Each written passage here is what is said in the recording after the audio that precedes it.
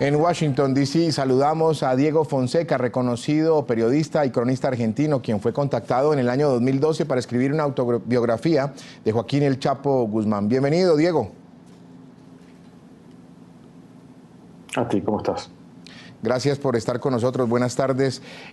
¿Quién y cómo lo contacta en ese entonces para hacerle la propuesta de escribir una autobiografía del Chapo Guzmán? Una editora amiga, colega con la que trabajaba, ella trabajaba como editora de Aguilar, me dice que había estado recibiendo mensajes de parte de una persona desde México pidiendo las posibilidades de poder hacer una biografía sobre Guzmán Loera, y ella había ofrecido mi nombre para poder hacerlo. Yo ya llevaba tiempo conversando con esta persona, esto fue en enero de 2012. Y me contó acerca de los detalles de lo que pretendían hacer, y comenzamos a conversar, y durante 6 meses mantuvimos esa conversación. De mi lado, pidiendo la posibilidad de poder hacer yo una entrevista que me permitiera a mí escribir la historia del Chapo desde mi punto de vista, y desde el otro lado pidiendo que fuera casi un amanuense, Sí. básicamente escribiendo lo que el Chapo quisiera contar. Diego, ¿le hablaron de algunas condiciones especiales para realizar ese trabajo? ¿Cuál fue el proceso, digamos, de negociación que se llevaba a cabo en ese momento? Lo que este señor decía, se comunicaba con mensajes de texto, cambiando de teléfono con frecuencia, era que pretendían que yo viajase en determinadas oportunidades a un aeropuerto por definir. Por allí pasaría a buscarme un grupo de personas y sería transportado a distintos lugares encapuchado.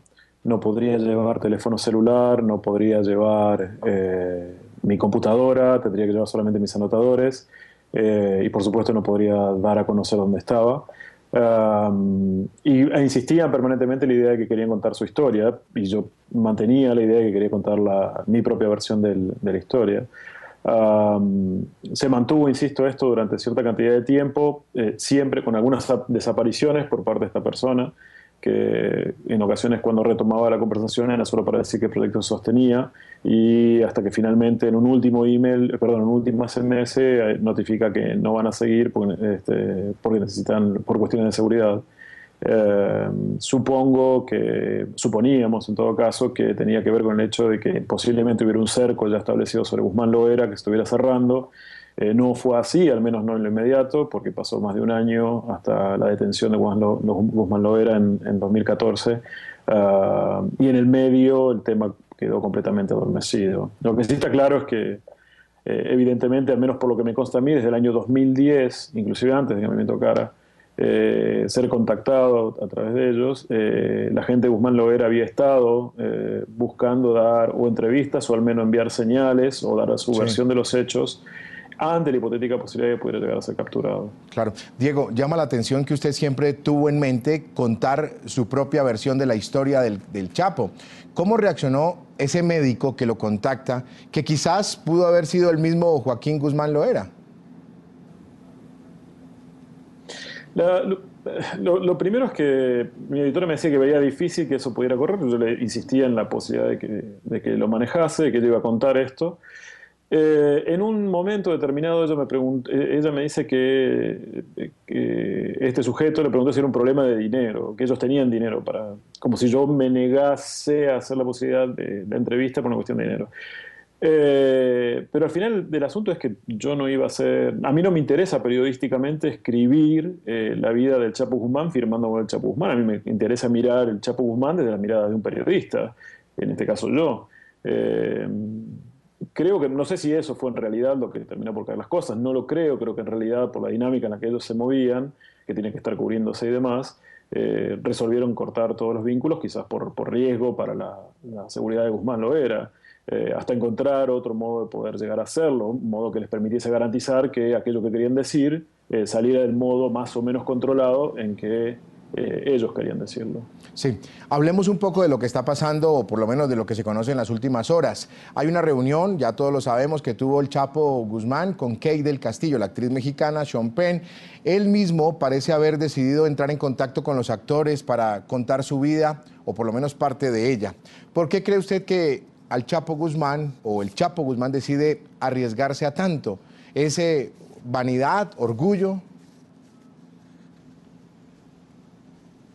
Bueno, un hombre con poder que no puede llegar a contar cómo es su propia vida, evidentemente descubre que hay límites para su poder y lo que se ha narrado sobre el Chapo ha estado siempre contado por terceras personas desde fuera del círculo íntimo del Chapo.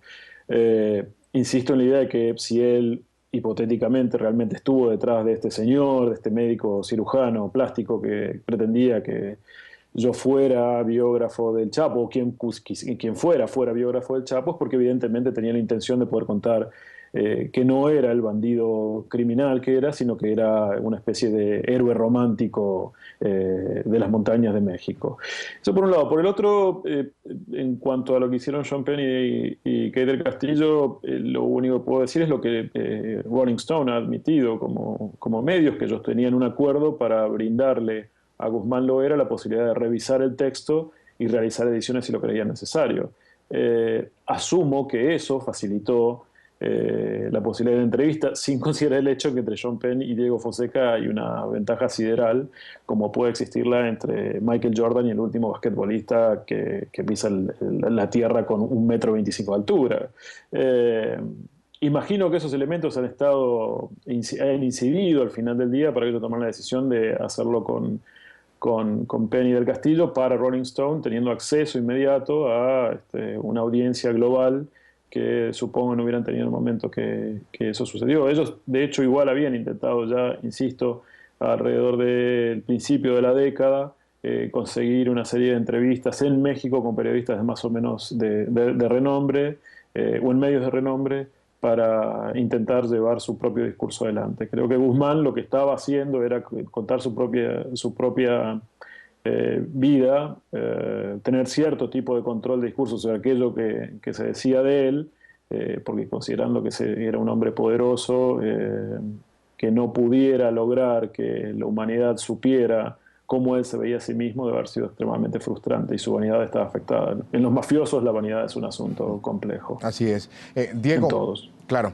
Diego, usted menciona el punto de cómo se hizo ese arreglo entre la revista Rolling Stone y el Chapo Guzmán. Me parece que ahí entramos, quizás, o los televidentes lo pueden juzgar de otra manera, en un dilema ético que a través de las redes sociales han manifestado muchos periodistas en relación a que son estrellas de cine las que fueron enviadas por el medio y no un equipo periodístico. Usted que ha investigado a este narcotraficante, que casi se reúne con él, ¿qué lectura le da al método utilizado por la revista Rolling Stone?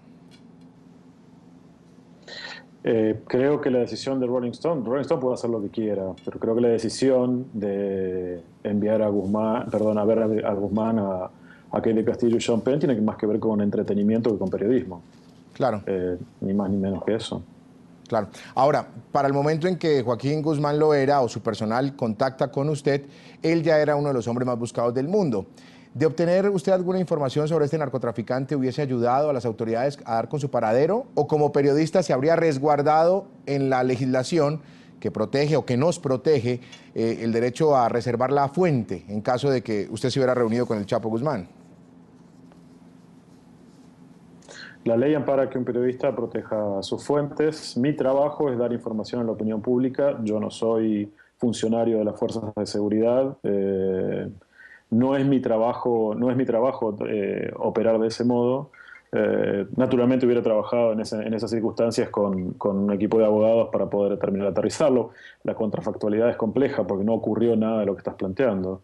Y frente a la eventualidad de los hechos tendría que considerar cómo tenemos que actuar para cubrirnos legalmente y poder realizar las entrevistas del modo que queríamos hacerlas. Y en eso estamos muy claros que es un escenario hipotético que nunca se dio. Gracias, Diego. Diego Fonseca, reconocido periodista y cronista argentino, quien fue contactado en el año 2012 para escribir esa biografía del Chapo Guzmán.